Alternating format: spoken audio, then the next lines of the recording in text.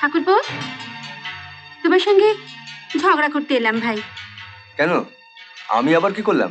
তোমার বড়দার সঙ্গে কথা বলতে বলতে হঠাৎ মনে পড়লো গত সপ্তাহে তো তোমাদের বিবাহ বার্ষিকী গেছে।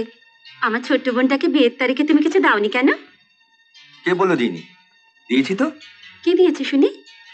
তেমন কিছু নয়, একটা আংটি। সত্যি আংটি দিয়েছো? এই তো তোমার সামনে দাঁড়িয়ে আছে, সত্যি কি মিথ্যে জিজ্ঞেস করো না।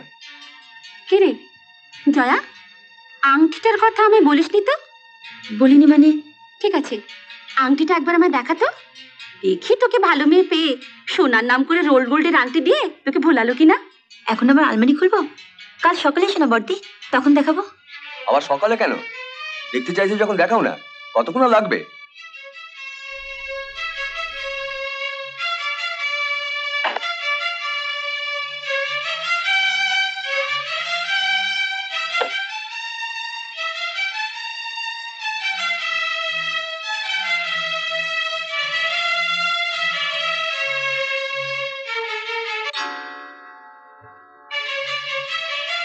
আংটিটা সুন্দর না?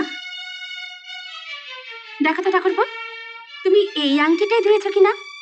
ওই দেখি।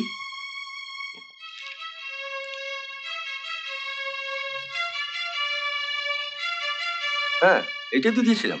একটু ভালো করে দেখো না। না না, দেখার কি আছে, এটাই দিয়েছিলাম। হ্যাঁ বড়দি, ও আমাকে এই আংটিটাই দিয়েছিল, আর আমিও এটা ঠাকুরপোকে দিয়েছিলাম ওর বন্ধু ভাস্করের বউকে দেওয়ার জন্য।